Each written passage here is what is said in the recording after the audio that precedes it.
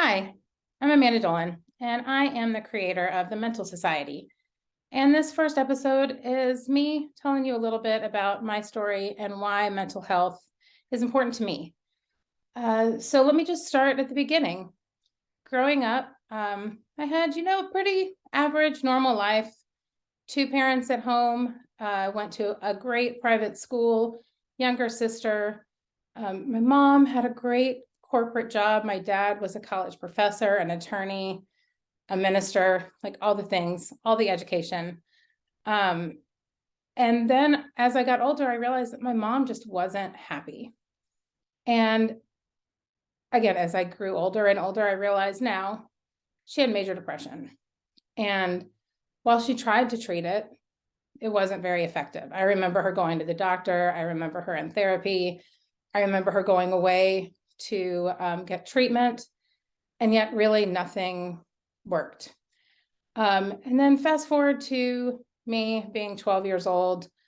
My grandfather died, and literally a week later, my dad was diagnosed with terminal cancer. That shifted a lot of the dynamic in my household. As a 12-year-old with a 9-year-old sister and a dad who was really sick, and my mom was working 40, 50, 60 hours a week sometimes, felt really alone. And felt kind of like I was just doing life by myself the best I could. Sure, I had friends and teachers, and my parents did everything they could with the tools they had. You got to remember, my dad was in and out of the hospital. My mom is dealing with depression and two kids essentially on her own while working full time. And she didn't have any family where we lived. So people would come and help. But it wasn't really a fun, great, exciting household during those middle school years, which, let's face it, middle school is rough for anyone, whether or not you're dealing with mental health, or your dad dying. And I also, was like not necessarily the most popular kid and didn't always love going to school. I was smart, but I was never the smartest. It was always, oh, like, she tries. She could work harder. She would just apply herself. She would get better grades. She gets distracted easily, and all of that will show up later. We'll get to that in a little bit. Now, by the time I was 15, I knew something wasn't right with me. I was just irritable and sad, and I cried a lot, and I didn't want to do anything. Like, I just wasn't happy, and nothing at all brought me any joy, really. And I had been in and out of therapy already, to deal with the drama and the stress of being a teenager with a father that was ill and a mother that was mentally ill, which, let's face it, they're really the same thing, which is part of why I'm here, is because mental health is health. And my mom's depression impacted the way she showed up in the world, just like my dad's cancer affected the way he showed up in the world. So I don't want to diminish my mom's depression as something that's less than the cancer. It was different, but it impacted us just as, a cancer did, or heart disease or diabetes. It impacted the way that we lived. Sometimes I felt like I was walking on eggshells. So I'd been in therapy to deal with those things, and yet I still didn't feel right. So at 15, my parents had me go to a psychiatrist, which who's like, I'm excited to go to a psychiatrist. But 15-year-old Amanda was so excited because I was like, maybe I'm going to get some answers and feel better. And that's just what I wanted. I didn't want to go to a psychiatrist so I could have some badge of like, oh, look how messed up I am. No, I just wanted to feel good. And I didn't feel good. And I go in and I fill out some forms and fill out these questionnaires that, basically they're, how depressed are you? How anxious are you? And a few other things like that. And I go back and see this psychiatrist, and he looks at me and he says, we talked for a little while, and he says, you have something that it's called dysthymia, which you can Google it, but I'll just tell you, dysthymia is essentially low grade depression. It's like not quite major depression, but it's right there under the surface of, like, if normal is, like at 0, and major depression is like -4. Dysthymia is like -1, -1.5. Like it's like a little grumpy, a little depressed. There is a way to treat it. But I was told at the time, you just are going to have to learn with it. This is like, learn to live with it. This is just your life. And let me tell you, when you're 15 and all you want is help and to feel better, and you're told, just deal with it. Man, that sucks. I felt even more alone, and I still get emotional about this. I felt unhelpable. I felt like I was stuck, that this was just who I was going to be forever. And I was never going to feel joy or happiness or want to really live life. And a few months after that visit, I attempted to kill myself. I was not successful. Obviously, I'm here. And I think the reality of that, when I look back on it and, how I went about doing that, it really truly was a cry for help, not a real desire to kill myself. I just felt so alone. And like I said, like I couldn't be helped. And so this was a way to say, no, it really is that bad. Well, the reality was that I didn't get the help then. Things were, my dad was still sick. And it's interesting because, when I was 12 and he was diagnosed in November of 1991, he was told, hey, like, you'll be lucky if you get 6 months. And, here we are now. I guess that was 1995 that I had that suicide attempt. So we're several years into his illness, and he really wasn't ever well. There was always chemo. There were other treatments. And while I don't blame my parents for this, the reality is they were really focused on my dad. And that makes sense because he was the one physically ill. You could see his illness. There were tests that they could run that showed the cancer in his blood. There were scans that they could do, and they could see the tumors. But with my mental health, they just had my word for it. There was no blood test. There was no brain scan. There was nothing that could prove or disprove that something was going on with my brain, with my mental health. And I think that's a really important thing to note just in the general treatment of mental health, is mental illnesses aren't so black and white like cancer or diabetes. Like there is no test. When you're diabetic, your blood sugar is wonky, and you can test that. When you have cancer, you can have an MRI or a CT scan, and you can see the tumors, and they can do biopsies, and they can run blood tests, and depression, anxiety, bipolar, schizophrenia, the diagnosis is all about how a patient reports how they're showing up. Sometimes observations by a doctor, inpatient, people can observe that. But again, it's all really guesswork. And that's one of the things that can be really frustrating when you're trying to get answers. So a couple weeks before I turned 18, my dad was still sick. I had graduated high school and I moved to Texas. I loved the school that I went to, the college I went to. But a big part of why I went there was I wanted to get away. I wanted to get out of that place that didn't feel good. And it wasn't the home, it was just all the things. My mom wasn't feeling great, and she was so focused on my dad, and my dad was sick, and I was a teenager, and I didn't get along great with my mom because I was a teenager, and my mom and I just never got along. And I left, and things got better for a little while. I was in this new environment and these new people. They didn't know all of my history, and so it was a fresh start. And then my dad died the middle of my sophomore year, February of 99. And it sucked. There's no way around it. No one who's 19 expects to lose their father.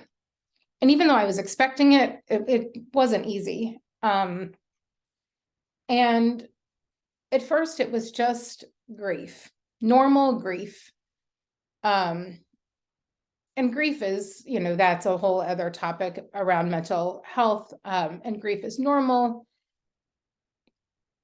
But when I was, it had been about 6 months since he had died. And I went to another psychiatrist because, again, I just knew that something was wrong. And this psychiatrist gave me a diagnosis of major depression with anxiety. And that felt right to me. It's like, yeah, that makes sense. And started taking medication, felt better for, a couple months, and then it just stopped working.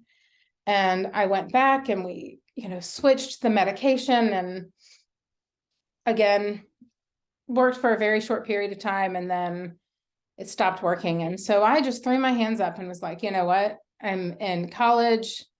I don't have the time for this. I'm frustrated. I have to focus on my studies. But at this point in time, I had switched my major to psychology because I was curious as to I wanted to know what was wrong with me. So I went from chemistry to psychiatry or to psychology, quite different, majors, but I wanted to learn. I wanted to okay, maybe I can understand what's going on with me. And so everything I looked at was like, yeah, I have depression and anxiety. That is what it is. And I knew I was right because I could read it in this book over here, and I was super self-aware and smart, and I knew. So when the doctor told me this, it was like, yeah, that makes sense. Well, you know what?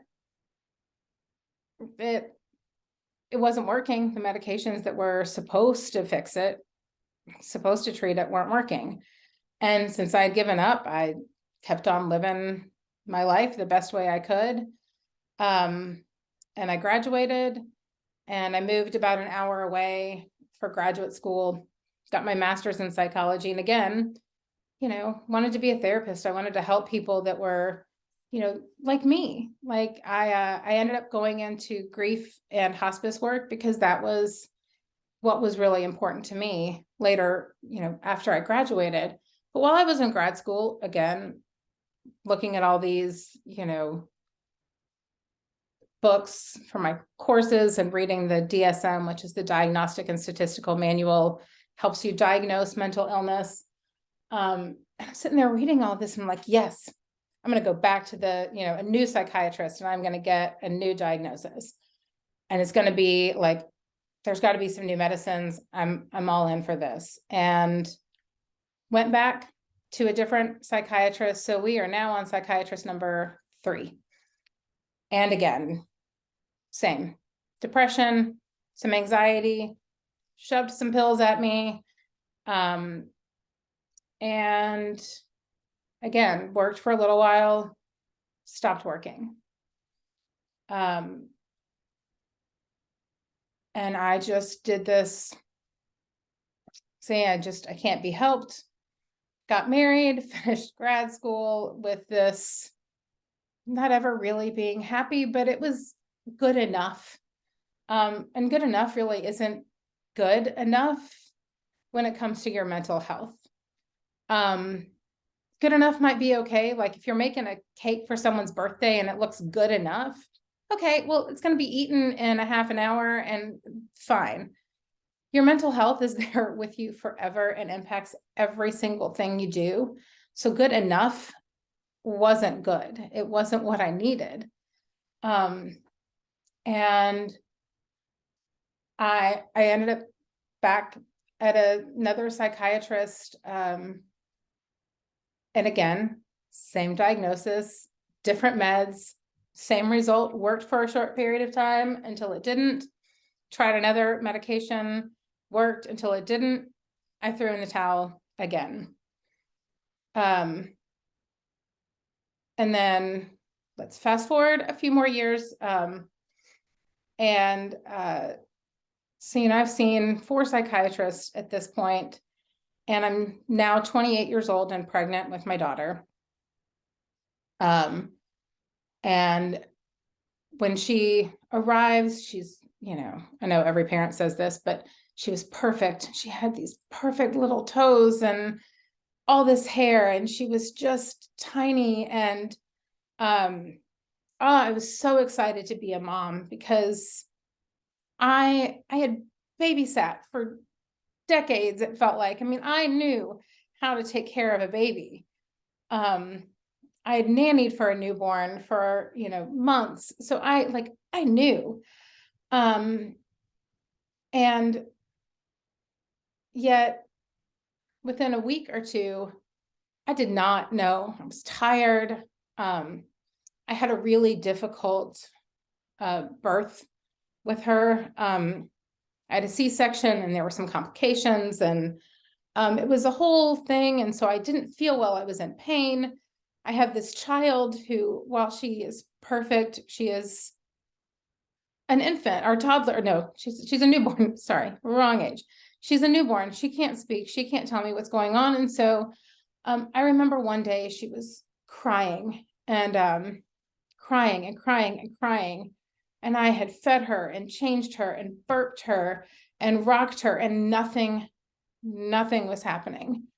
She would not stop crying. And I got so frustrated, and I picked up this giant handful of cotton balls and I threw them at her as hard as I could. Now, here's the thing. A handful of cotton balls, not going to hurt my child. And yet very shortly after that, I thought, I'm going to hurt my child, like for real, for real. Like I am going to shake her. I'm going to smother her. I don't know. I just needed her to stop. And I called my husband at the time and said, I need help. And he came home, and I went to the doctor. The doctor's like, here's antidepressants. You have postpartum depression. You're going to be fine. It'll go away in a couple months. Well, you know what? It didn't really, but I got pregnant with my son before I hit that 1 year mark where, postpartum depression is supposed to go away, and stop medication because I was pregnant. And when he was born, again, that postpartum depression hit hard. And my OB gave me, antidepressants again. Things were fine for a while. I hit that 1 year mark. And my obstetrician was like, I'm not prescribing this for you anymore. You've got to go see a psychiatrist if you're still feeling this at a year. And I was just like, I don't want to. I don't want to see another psychiatrist. No one has been able to fix me. So I just stopped medicine because it wasn't really working. Well, just a few months after that, my daughter, who, it's funny when I say this, if you know my child, you would know that this is the most ridiculous thing. She got kicked out of preschool for biting. Like my child was the behavior problem kid at 2, which really, like, it's quite funny now, but it also makes a lot of sense because she has a lot of big feelings. She has a lot of things she wants to say. And when she was 2, she could not say them. So she bit to make sure that you knew she was serious. But she gets kicked out. And that was like my respite. Those few hours a day was like when I got to breathe. Because remember, at this time, I have a 1-year-old and a 2.5-year-old. Like that was a lot. And I remember about 4:30 one day, sitting on my son's floor, playing with my kids, and just having an absolute breakdown. And I called a psychiatrist that I hadn't seen yet. And that's another thing is that we'll get into eventually later on down the line, is the number of psychiatrists is shockingly low, especially here in the area that I live in. So I see this new psychiatrist, and I called their office at 4:30, and they get me in that day. The office manager stays late, the doctor stays late, the office manager takes my kids and watches them so I can be with the doctor. And I felt really heard by this doctor, like really, really heard. But again, same diagnosis, slightly different medications, because I've talked about how all of these things hadn't worked before. And back to this, it worked for a while, and then it didn't. And I went back to throwing my hands up and that's it. I'm just going to learn to deal with this. So at this point I am 30, and I'm 15 years into this journey to try to figure out what's wrong with me. 15 years. Now it's getting worse. I'm having a hard time getting out of bed. I'm having a hard time doing the things like laundry, dishes, cleaning. I was a stay-at-home mom, and that was my job. And you can imagine how it felt to feel like I was failing my family and my kids by not keeping this beautifully clean house for them, cooking dinners, playing with my kids, all of those things. But man, I sure did put on a brave, happy face, and I did the things at the kids' schools. I volunteered, I was on the PTA, I did all the things. And then March 3rd, 2016 happened. March 3rd, 2016 was the day that I decided I was going to die. And it was the day I decided that I wanted to live. I was laying in bed planning my suicide. And this was not I think I want to kill myself. This was like a minute by minute line item. These are all the things that I need to do. And in this process too, I was making sure that the people I loved were taken care of, that they weren't going to have to clean up my mess.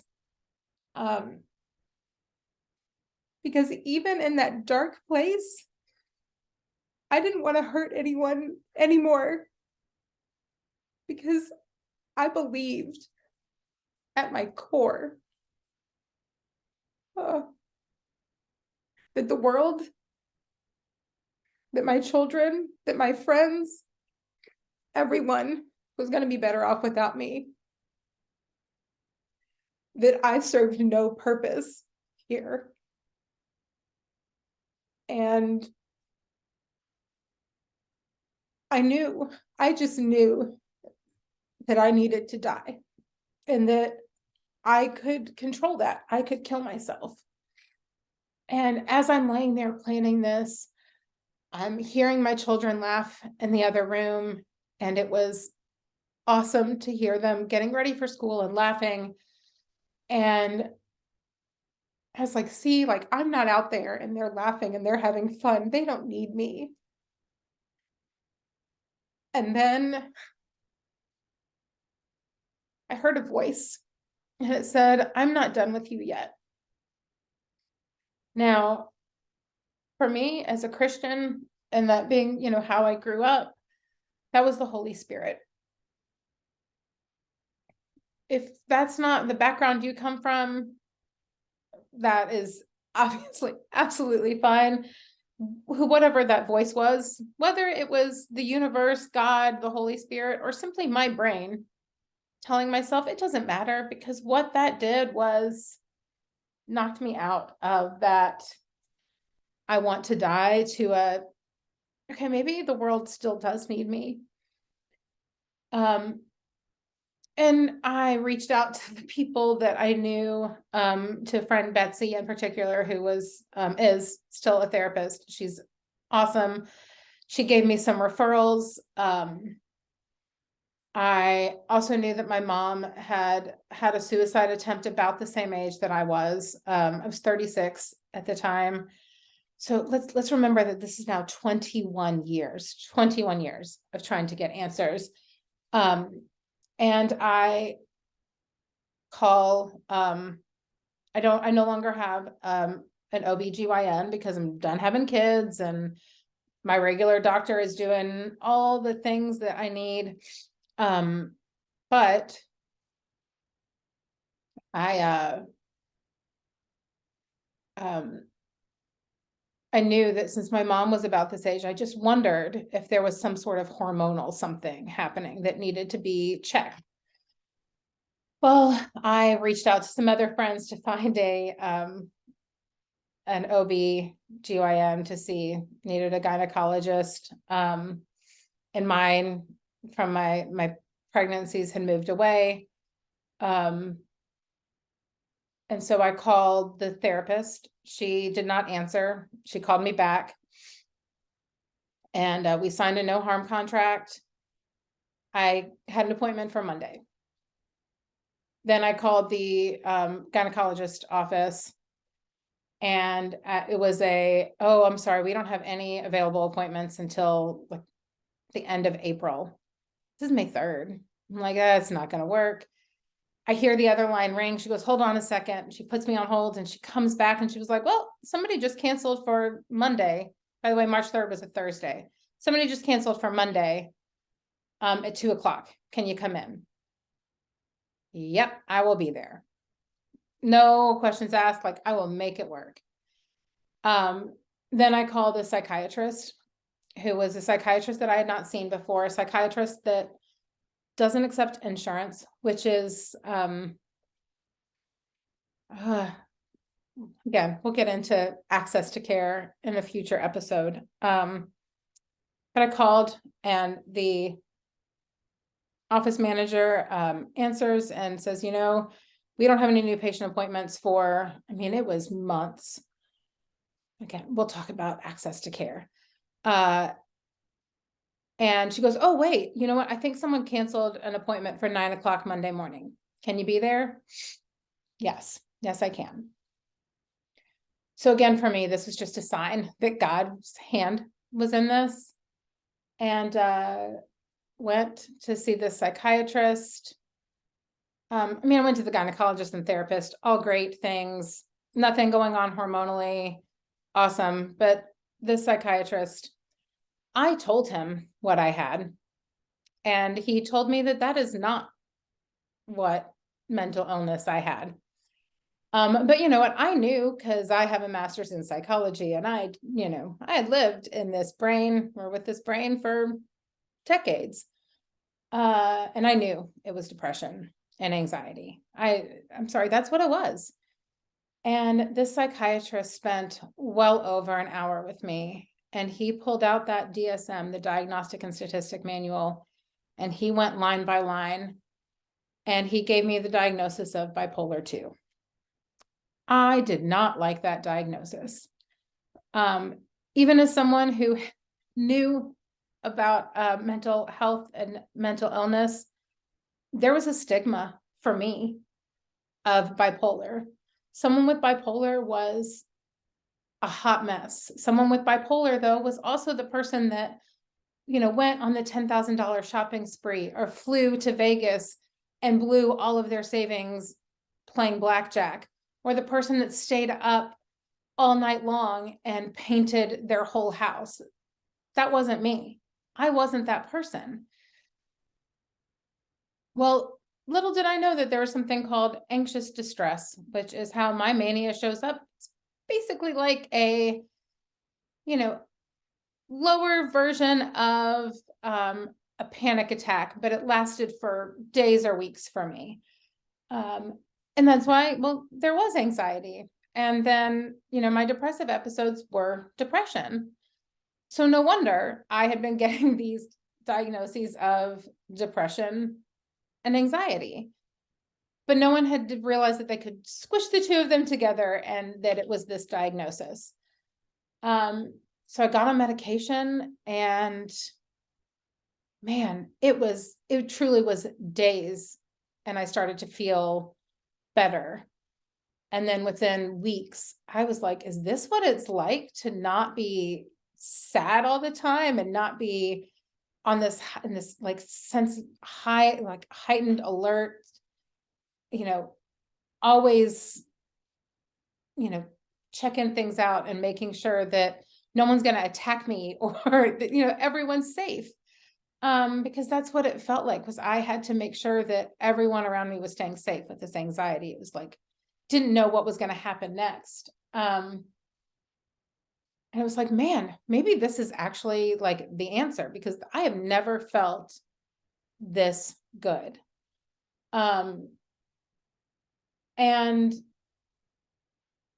there were some medication switches. There was a therapist switch along the way, because the thing was like, I needed a really gentle therapist to begin with, because I was really broken. And then I started to heal, and I needed someone that was going to push me more, and help me really dig into some of the other stuff under the surface, like with my dad's death and my mom's and my relationship. And at the time, my marriage was falling apart a bit, more than a bit. It ended during this period, and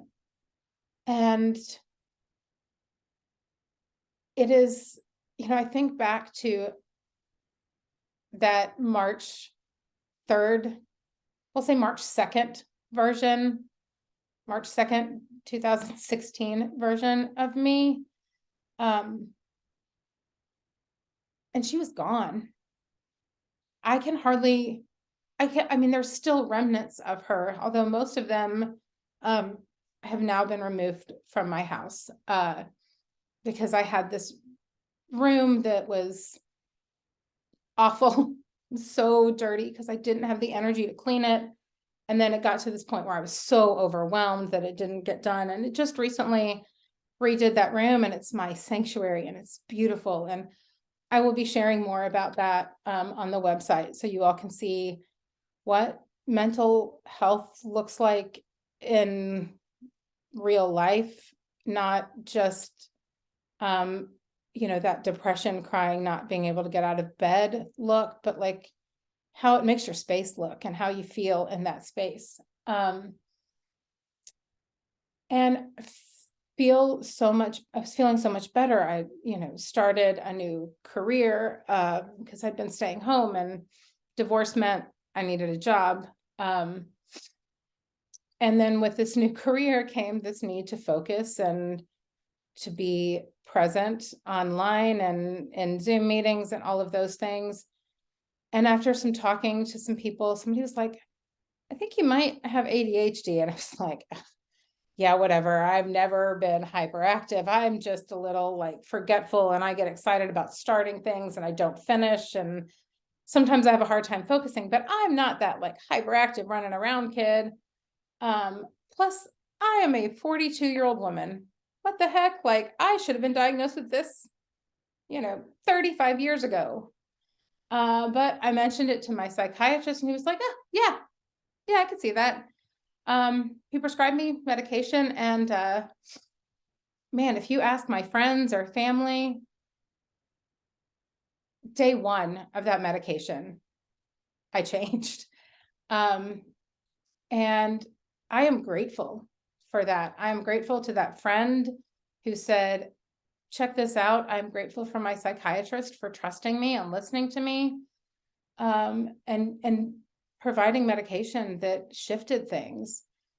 And so because of my wild journey through mental health, I